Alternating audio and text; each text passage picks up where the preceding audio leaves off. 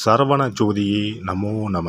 வாழ்க வையகம், வாழ்க வளமுடன். அனைத்து தமிழ் நெஞ்சங்களுக்கும் கனிவான வணக்கங்கள். ஜோதிட சாஸ்திரம் 27 நட்சத்திரங்களையும் 12 ராசிகளையும் நவ கிரகங்களையும் அடிப்படையாக கொண்டுதான் இயங்கி வருகின்றன. இதில் நவக்கிரகங்கள் ஒவ்வொன்றும் ஒவ்வொரு விதமான குணநலன்கள் கொண்டவை. நவ கிரகங்களில் குருவை அடுத்து 2வது சுப கிரகமாக திகழ்பவர் சுக்கிரன். தனகாரகன் குரு பகவான் பணத்தை தருகிறார் என்றால் அந்த பணத்தை சந்தோஷமான வழிகளில் செலவு செய்ய வைப்பவர் சுக்கிரன். ஒருவர் பணத்தை பற்றி கவலைப்படாமல் செலவு செய்கிறார் என்றால் அவர் சுக்கிரனின் ஆதிக்கத்தில் பிறந்தவர் என்பதை அவரின் ஜாதகத்தை பார்க்காமலே அறிந்து கொள்ளலாம். சுக்கிர பகவான் கலைகளுக்கு அதிபதி என்பதால் எழுத்து, இசை, பாடல், நடனம், நாடகம், பாட்டு, சினிமா ஆகியவற்றில் புகழ்பெற ஜாதகத்தில் சுக்கிரன் நல்ல நிலையில் இருக்க வேண்டும் என்பது அவசியம். சுக்கிர பகவான் ஜாதகத்தில் எந்த நிலையில் இருந்தாலும் ரிஷபம், துலாம், மிதுனம், கன்னி, மகரம் மற்றும் கும்பம் ஆகிய 6 ராசிக்காரர்களுக்கு துன்பத்தை விளைவிப்பதில்லை. ரிஷபத்திலும் துலாம் ராசியிலும் ஆட்சி பெறும் சுக்கிர பகவான் தனது எதிரியான குருவின் வீடான மீனத்தில் உச்சமடைகிறார். தனது நண்பனான புதனின் வீடான கன்னியில் நீசமடைகிறார். ஜாதகத்தில் சுக்கிரன் வலுவிழந்தால் அவரின் திருமண வாழ்க்கையில் தடைகள் ஏற்படும் வாய்ப்புகள் அதிகம். சுக்கிர பகவான் ஜூலை மாதம் 31ஆம் தேதி சிம்ம ராசிக்கு பயிற்சியாக போகிறார். காதல் கிரகமான சுக்கிர பகவான் நெருப்பு ராசியான சிம்மத்தில் புதனோடு கூட்டணி சேரப்போகிறார். ஜூலை மாதம் 31ஆம் தேதி இந்த சுக்கிர பயிற்சி நடைபெறுகிறது. ஆகஸ்ட் மாதம் 23ஆம் தேதி வரை சிம்மத்தில் சுக்கிர பகவான் சஞ்சரிப்பார். சுக்கிர பகவான் ஜூலை மாதம் இறுதியில் சிம்ம ராசியில் நுழைந்து புதனுடன் இணைய இருப்பதால் லட்சுமி நாராயண ராஜயோகம் உருவாகும். மேலும் ஆகஸ்ட் மாத மத்தியில் சூரியனும் சிம்ம ராசிக்கு வருவதால் சுக்கிராதித்ய ராஜயோகம் உருவாகும். புதன் சுக்கிரனோடு ஆட்சி பெற்ற சூரியனும் இணைவதால் உங்கள் ராசிக்கு என்ன பலன்கள் கிடைக்கப் போகிறது, எதில் எல்லாம் கவனமாக இருக்க வேண்டும் என்று பார்க்கலாம்.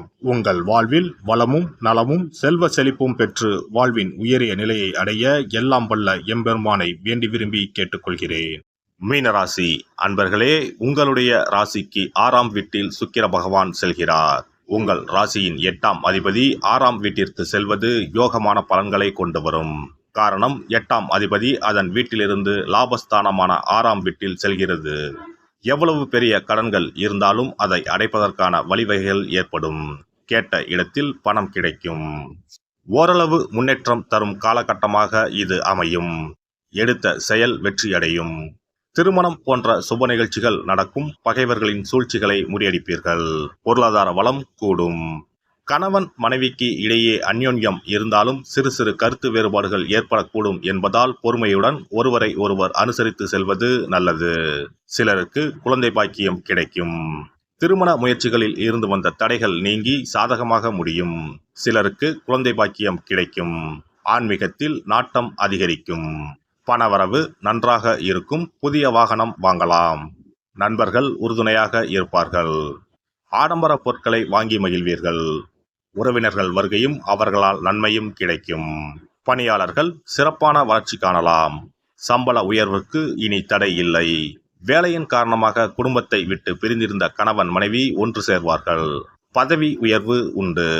எதிர்பார்த்த இடமாற்றம் கிடைக்கும்.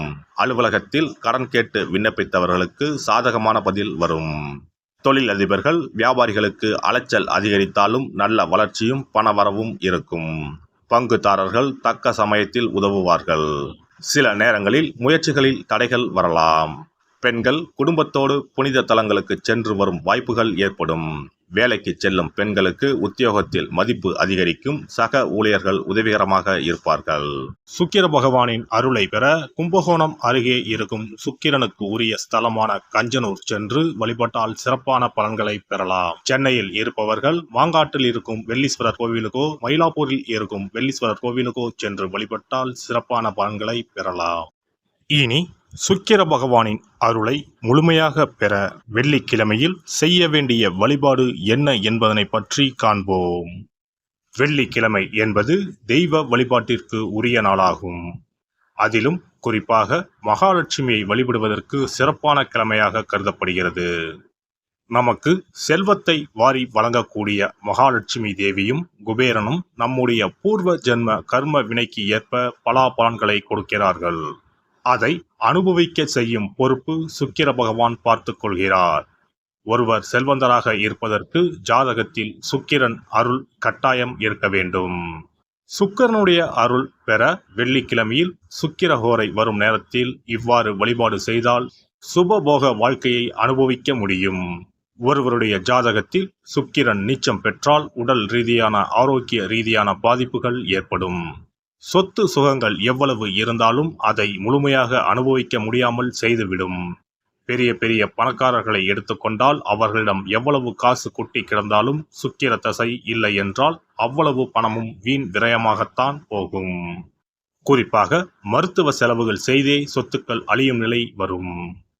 இதற்கு சுக்கிர பகவானுடைய வழிபாடு நல்ல ஒரு பலனை கொடுக்கும். சுக்கிர பகவானுக்கு வெள்ளிக்கிழமை என்பது உரிய தினமாகும்.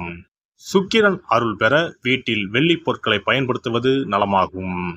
வெள்ளியில் சுக்கிரன் வசிப்பதாக ஐதீகம் உள்ளது. வெள்ளி பொருட்கள் கொண்டு பூஜை செய்தால் சகல சௌபாக்கியங்களும் உண்டாகும். சுக்கிர வழிபாடு செய்ய நினைப்பவர்கள் காலை 6 மணி முதல் 7 மணி வரையிலான காலம் சுக்கிரஹோரை ஆகும். அதனை தவறவிட்டால் மதியம் 1 மணி முதல் 2 மணி வரை சுக்கிரஹோரை நிகழ்கின்றது. அதையும் தவறவிட்டால் இரவு 8 மணி முதல் 9 மணி வரையிலான சுக்கிரஹோரை நேரத்தில் வழிபாடுகள் செய்து பயன்பெறலாம். இவற்றில் காலை 6 மணி முதல் 7 மணி வரையிலான முதல் சுக்கிரஹோரையில் சுக்கிர வழிபாடு செய்வது சிறப்பான பலன்களை கொடுக்கும். காலை முதல் மாலை வரை உபவாசம் இருந்து சுக்கிர பகவானுக்கு உரிய காயத்ரி மந்திரத்தை உச்சரித்து கல்கண்டு சேர்த்த சர்க்கரை பொங்கலை நைவேத்தியம் படைத்து வெள்ளை நிற பூக்களால் அர்ச்சனை செய்ய வேண்டும். சுக்கிர தசை நடப்பவர்களும் சுக்கிரன் நீச்சம் பெற்ற ஜாதகக்காரர்களும் இந்த வழிபாடு செய்வது சிறப்பான பலன்களை கொடுக்கும். சுக்கிர தசை நடக்கும் பொழுது சுக்கிர வழிபாடு செய்து வர வருமானத்தை சுகமான வாழ்க்கை வாழ்வதற்கு உரிய வகையில் பயணிக்க செய்யும். வீடு நிலம் வாங்குவது, ஆடம்பர பொருட்கள் சொத்துக்கள் போன்றவற்றை வாங்க வைக்கும். அதுவே சுக்கிரன் நீசம் பெற்ற காலத்தில் இந்த வழிபாடு செய்பவர்களுக்கு வீண் விரயங்கள் இல்லாமல் ஓரளவிற்கு வறுமையிலிருந்து பிழைக்கச் செய்யும்.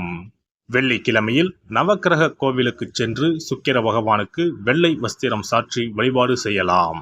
வெள்ளை நிற நைவேத்தியங்கள் தயார் செய்து கோவிலில் வரும் பக்தர்களுக்கு தானம் செய்யலாம். இவ்வாறு செய்து வர சுக்கிரனின் முழு அருளும் கிடைக்கப் பெற்று வாழ்வில் உயரிய நிலையை அடைவீர்கள். எல்லாம் வல்ல இறையருளால் நீங்களும் உங்கள் அன்பு குடும்பமும் உடல் நலம், நீலாயுள், நிறை செல்வம், உயர் புகழ், மெய்ஞானம் ஓங்கி வாழ்க வளமுடன். இந்த வீடியோ பதிவு உங்களுக்கு பிடித்திருந்தால் லைக் பண்ணுங்க, கமெண்ட் பண்ணுங்க, ஷேர் பண்ணுங்க, மறக்காம சப்ஸ்கிரைப் பண்ணுங்க, பக்கத்துல இருக்கிற பெல் பட்டனை கிளிக் பண்ணுங்க. நன்றி, வணக்கம். ஓம் நமச்சிவாய, சிவாய நம.